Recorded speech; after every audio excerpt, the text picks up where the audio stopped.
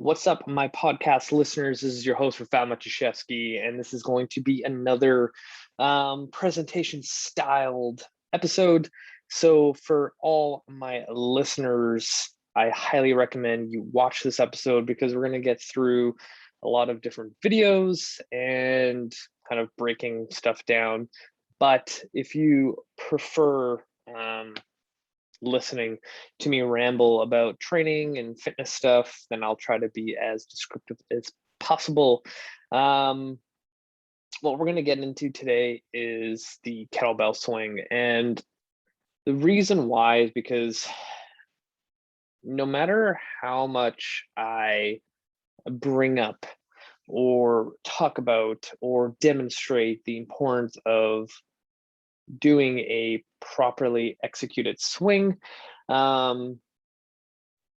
still see people just doing terrible swings where I want to pour like battery acid in my eyes. It's a little aggressive, but that's how I feel. I have done 2 episodes on the benefits of kettlebell training, which I might put together later on into one giant episode. So I might even combine this with that one. I don't know yet, or I'm going to do a separate one. But I'm excited today because I've done even some videos on proper deadlifting and things like that. But today we're actually going to break down like the start of how to kettlebell swing to the end, and I'll show you my entire progression of what I do with clients, because I think a lot of times when people want to do swings, or they just assume like, okay, I'm going to start swinging.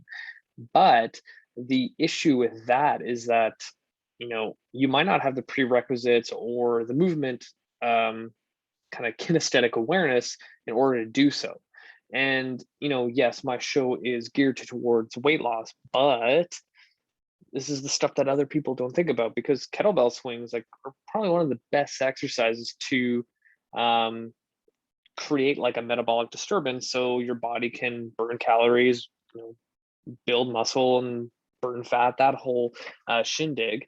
And even for myself, the moment I change my training to kettlebells only, I get stronger and leaner really quick. Whereas if I put an emphasis on deadlifting heavy and only focus on deadlifts, I don't really get as lean, right? There is something to training with kettlebells that allows you to burn more calories. And in my other videos, I do explain that, the kettlebell becomes part of your body. It becomes part of your limbs. Like if you're holding onto a kettlebell, now you made your lever length longer, meaning the longer the lever length, the more energy it takes to control it. So an example that I give to clients all the time is like, if I hold a dumbbell here in a goblet position, I do squats, not too bad. But the moment I take that weight and start pushing in front of me, it's like, oh, I need to stabilize more. I need to hold on to it more. Holy shit, it's really hard. And if I have my arms out straight, then I'm like, fuck, this is really challenging. So now imagine taking a object like a kettlebell and utilizing it where it elongates your lever for every single exercise. That's a lot of work. That's a lot of, energy that our body has to produce and utilize. And if you do that for all your workouts, like it's not like rocket science to figure that it's going to give you your most bang for your buck type of workout for fat loss and strength. So let's screen share, and hopefully every time I do this, I always have like no idea how to do it. Oh, here we go. Here we go. I need to put this down. So just like last time, I'm going to make myself a little bit bigger. I'm also going to, there we go. Okay, so when it comes to kettlebell swings, where do you even start?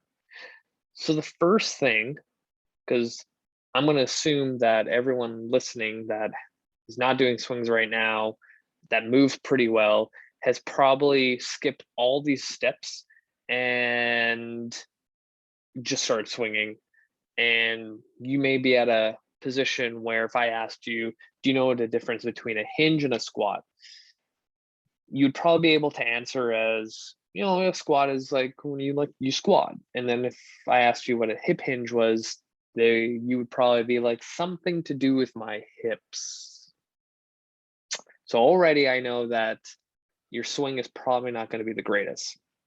And I actually have a post going out tomorrow about deadlifting, if you should be deadlifting off the floor. And one of the questions is like, do you know the difference between a hip hinge and a squat? And most likely people can't give me an educated answer on it. And it's something that we need to understand. So one of the biggest mistakes is people squatting while swinging. Swinging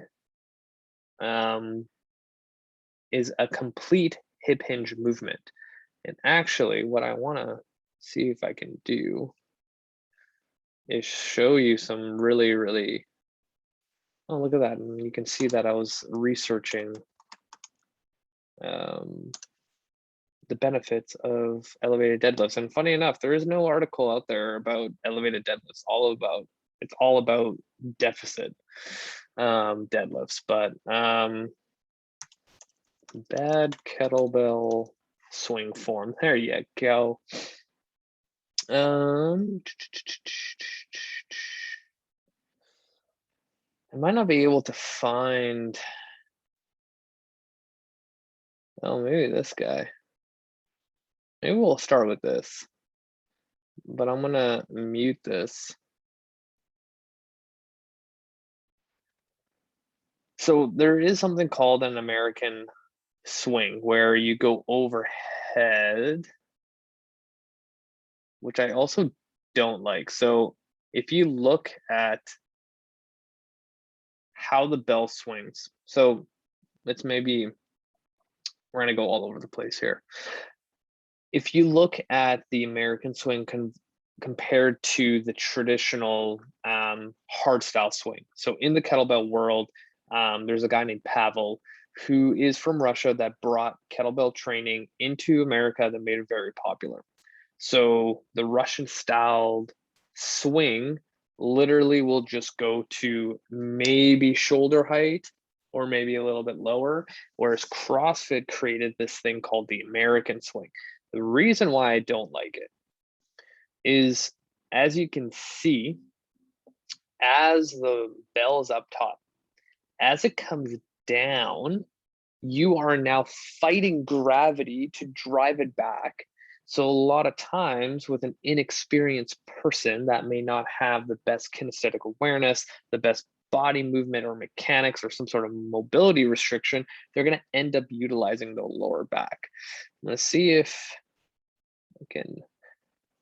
I don't even know why this guy's turning his head now too. So see, like he has to actually now at this point slow down whatever bell this is. So imagine if you're using like a 24 kilo, that's 53 pounds that you have to slow down on the way down. Yeah, still slowing it down. At this point, he should be already pushing his hips back. Now he kind of is. Now he's putting it down. I love how this is supposed to be a tutorial on how to do an American swing. I always find too, when I watch videos of like CrossFit coaches, and we're gonna like watch this a little bit, but you can also see he doesn't even have that great overhead mobility too, which is another thing that you need in order to do this stupid exercise. Who would have thought that this episode was going to be just us tearing apart the freaking American swing, but I kind of like it. Come on, get to the. So look at how he actually swings his hips. It's kind of like a swoop with his knees. Okay, anyway, I was trying to look for a squat swing, because that was the original thing that, ooh, wonder if this is going to be it. I feel like we're watching like a live stream.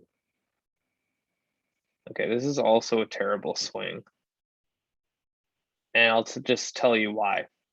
There's like absolutely no power in that swing, but now she's doing some sort of, okay, this is gonna be a lot harder than, actually, funny enough, look at that. Pavel on Joe Rogan.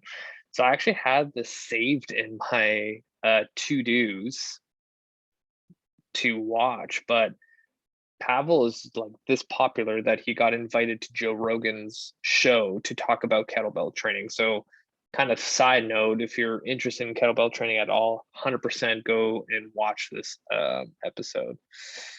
Okay, you know what? I'm not going to be able to find this for you guys, but here. We're going to have to shift gears here and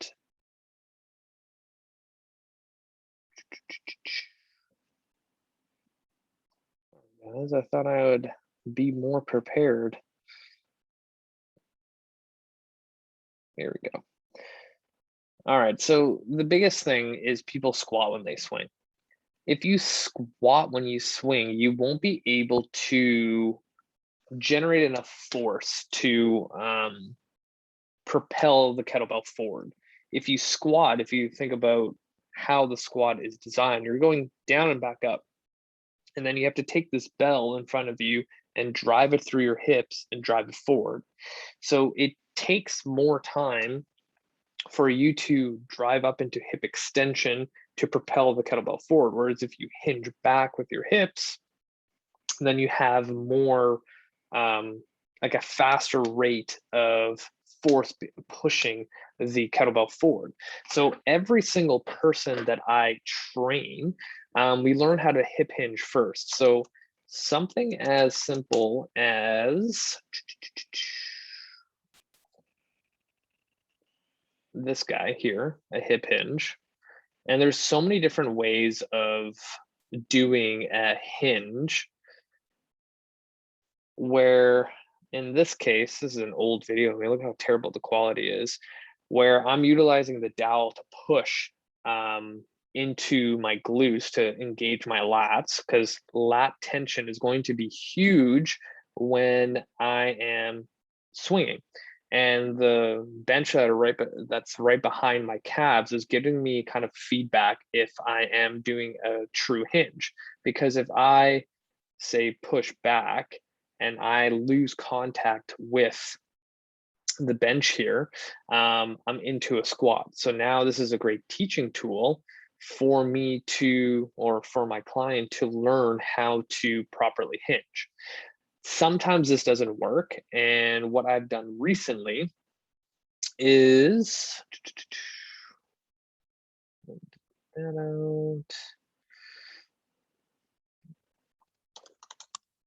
is a band resistant hinge wherever it is.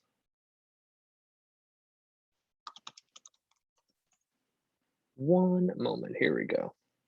Okay, enough with the pop-ups. So this one I really like using. So I'll use a band, wrap it around a dowel, and now I have tension. So I have to keep tension in my lats. So when I grip the kettlebell, I'm trying to engage my lats to keep that stiffness. So I am now teaching my body how to create tension. I'm teaching my body how to break the dowel, which I'm going to utilize on the kettlebell, and I'm learning how to hinge. So how we do this, I literally get people to slide the dowel down as they push their hips back to kind of reinforce that pattern that we're going to utilize with the kettlebell. This is kind of like the first 4 weeks of training, is learning how to hinge, not how to squat, just hinge, hinge, hinge, hinge, hinge, and creating tension. So the other way that I will teach someone how to create tension for the swing is something called RKC plank. So RKC is an abbreviation for Russian kettlebell certification. And in this video, it'll look like a standard front plank, but there's going to be a few things that you'll notice is when I am engaging into this front plank, I'm actually driving my elbows to my toes and I'm pulling my toes into my elbows. So that's going to create in my kind of torso midsection like a high amount of tension. So when I do that, I also will reset, because holding tension like that constantly, you're gonna like blow a blood vessel or can get a hernia or something. So as I do this, all I'm doing is elbows to toes, toes to elbows, and breathing out with a, they call it like a fire breath, like a hiss, like a tss, tss, tss, tss. So if you, even if you do that right now, just a tss, think of any kind of MMA or martial artist, every time they throw a punch or a kick, they have that hissing sound to create tension and produce the movement. So kettlebell training is exactly the same thing. You breathe in through your nose and then you hiss out the movement. So here I'm teaching someone how to utilize that breath. So as I come up and reset, you can see my mouth going through the breaths, and then I reset every single time, creating tension. You can even see how my elbows just drove in there. All right, so constantly these two things, the RKC front plank and the band resisted deadlift, is kind of like that 4-week phase one into kettlebell swings. From there, we've kind of built a foundation. Now we can move on to something a little bit more advanced, where we're going to do a kettlebell deadlift. If I can find, here we go. So putting the two things that we just learned is our tension and hip hinge. So as I get into my deadlift position and squeezing the handle to create that lat tension that we were learning with the band, I am utilizing my RKC breath, where I'm taking a big belly breath in and then exhaling hard at the top and squeezing my glutes at the top as well. So that would be one of the exercises in the next phase, is one, getting familiar with a kettlebell handle, because sometimes people are just used to utilizing dumbbells and this is the first time they've ever really played around with a kettlebell. So I'm going to introduce the bell this way.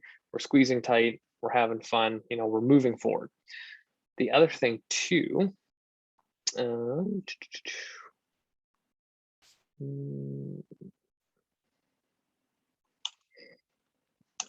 might take a second to find what I'm looking for.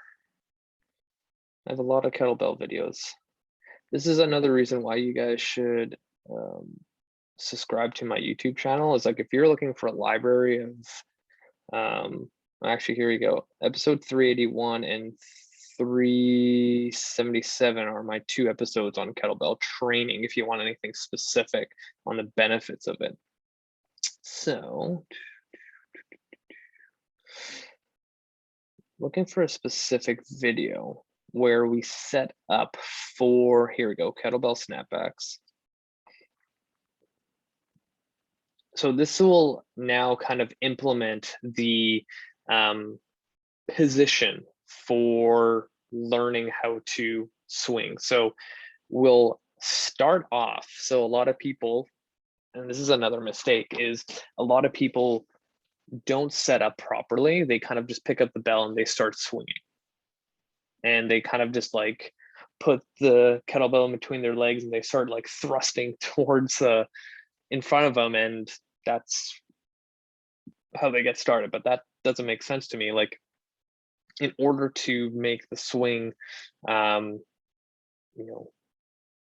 make sense, to kind of start off with it a little bit in front of you, because the moment you drive it back for 1 rep, it already has the potential energy. So if you think of like an object in motion, it's that much easier to move.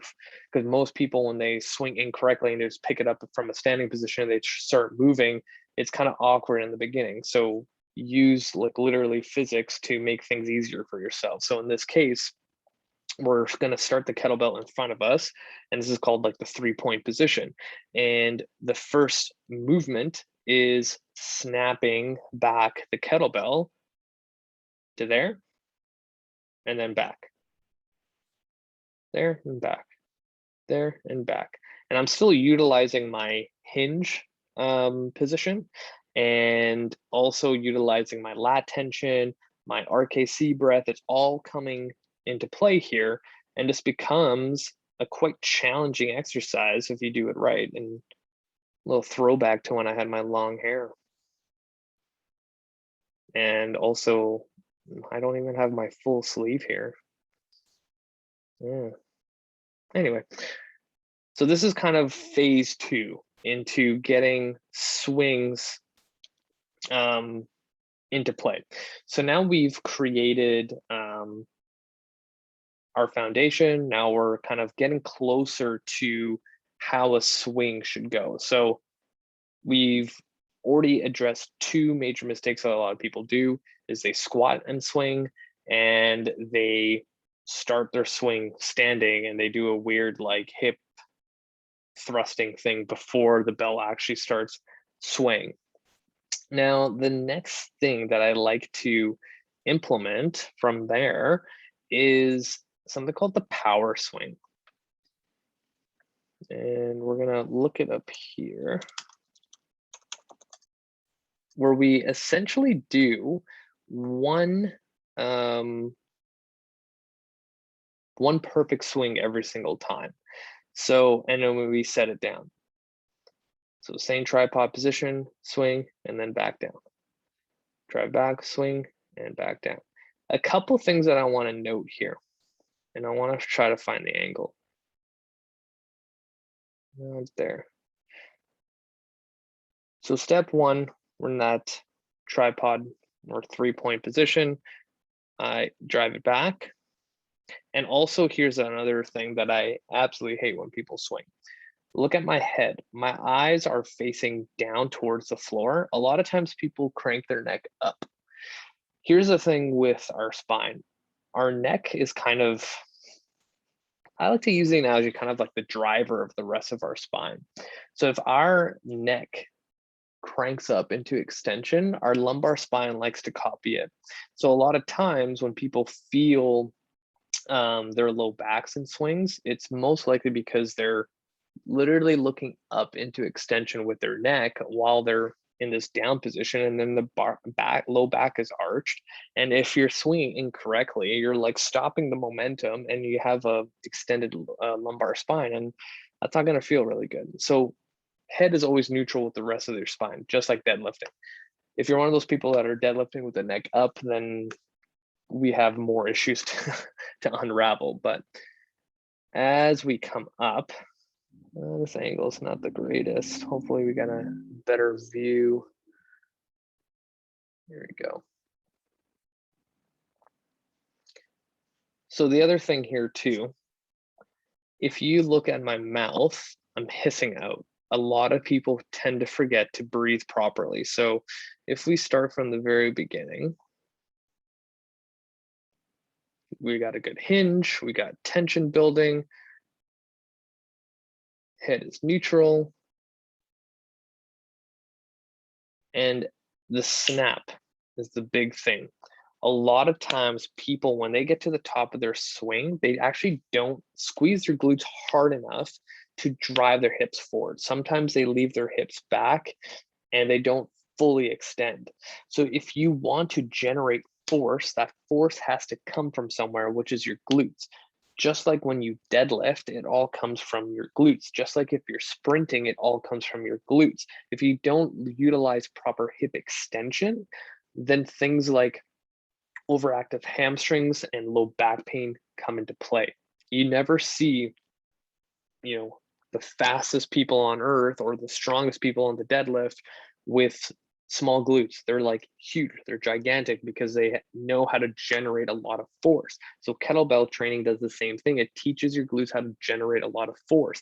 A lot of people get low back pain because they don't have the prerequisites in order to do this, and they need to develop, basic lumbopelvic stability with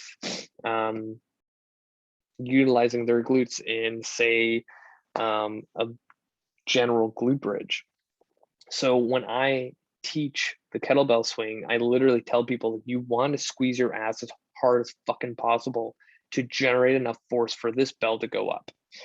The other thing that most people don't get is the height of the kettlebell. Like, this is almost like probably the same level as like my rib cage, that like the beginning of my rib cage, almost to where like my belly button is.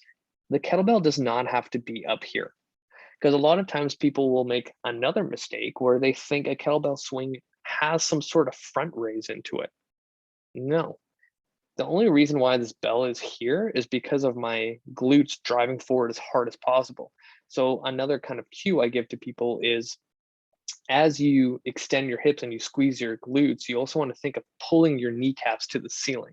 So now you have the backside of your hip like joints finish the movement, and then the musculature in front of your hip is coming together, and it creates that isometric contraction, that solid base, in order for you to properly swing this kettlebell.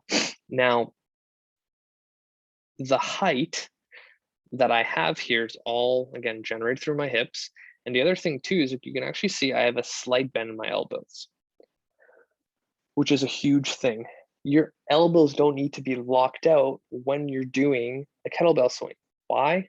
When you start getting heavier weights, the last thing you want to do is have both of your elbows locked out, holding onto this weight, because when you get to that end position and then the weight starts coming down, all that tension is going to start going into your elbows, and people are going to start having, tendinopathies on their elbows, which is the last thing you want. Right? So always have a slight bend in your elbows. And the other thing too is, like, kettlebell training is about efficiency, right? So if I want to try to get, 30 swings in 45 seconds, if I have a longer lever and keep it there, it's going to take that much longer to go down and that much longer to get back up. If I have a shorter lever, now I can bring that kettlebell between my legs faster, coming back up. Now, after I have all those things put together, we're going to look at just a basic kettlebell swing.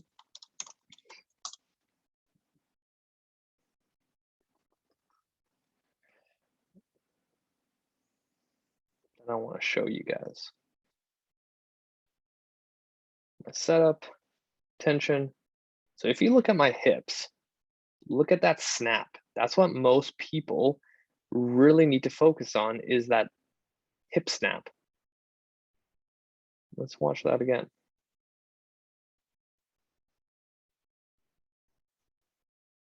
And you can also look at my mouth. That was a terrible still shot of my, but I'm breathing out hard. And again, this is another example. Like my other video, I would say that one's kind of embarrassing of how high the bell went, and the lower the better. Like, it's an efficiency, right? So good bend in the elbows, good height, and now I can bring it back through my hips faster so I can get more swings in, right? It's all about work capacity. Now, that is kind of the entire, I would say, step-by-step approach to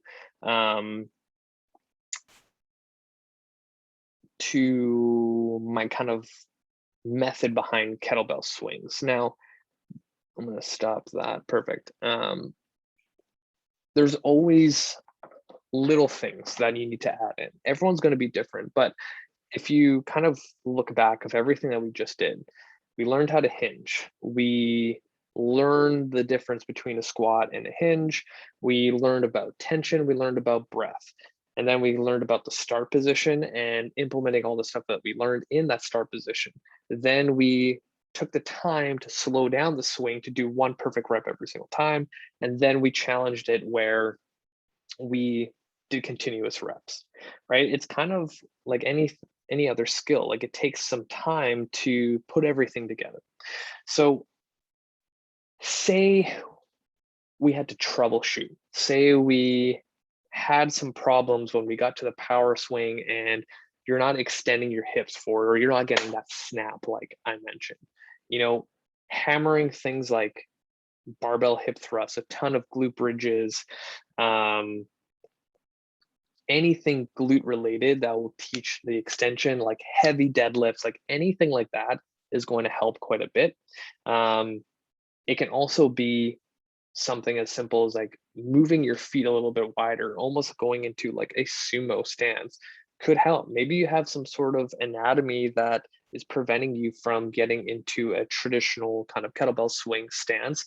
And all you have to do is, go a little bit wider and voila, like your kettlebell swing looks great. But the biggest thing is that you need to be able to practice it over and over and over again. And that's why I have these kind of stages so that by the time we get to a full swing, the prerequisites of learning how to hinge are already there and kind of like glued into your brain that you know that when I grab this kettlebell, I'm hinging and I'm not going to squat and do something weird. Right. And it's also about speed too. A lot of times people will do kettlebell swings slow, which makes no sense. It's a power exercise. You want to be explosive. And the other mistake that most people do is they pick up a kettlebell way too light. I see this especially with women. It's like they want to do kettlebell swings in their class and they go pick up an 8 kilo. Like that's not going to do anything for you. If I gave you a 16 kilo, which is 35 pounds, what's your initial reaction? Oh shit, this is heavy. I need to brace. I need to squeeze it tight. I got to make sure I don't, fuck myself over. So now you're already so much further ahead than picking up an 8 kilo where you're probably going to put it down like you don't care about it. And that's what's going to actually injure your low back because it's going to buckle because you're going to go into flexion and load that pattern. So all these little things matter. And I think a lot of people kind of discredit kettlebell swings. They think it's like as easy as picking up a dumbbell and doing bicep curls. Like, no, it's a skill-based exercise that takes a lot of practice before you actually get the benefit. But when you actually take the time to learn how to do it, man, do you see results come a lot quicker than just doing a squat to front raise with an 8 kilo kettlebell. So I'm going to end it there because I feel like I can probably talk forever on kettlebell training and I'll end up rambling for like 3 hours. But thank you for listening or watching. If you haven't subscribed to my YouTube channel, do that right now. And even at the end of the video, it'll say subscribe. So 100% do that. If you have any questions, feel free to reach out. Add me on Facebook, add me on Instagram, hit the show notes of this episode to watch it if you're listening, and share this podcast with your friends and family. Until next time, you guys are amazing.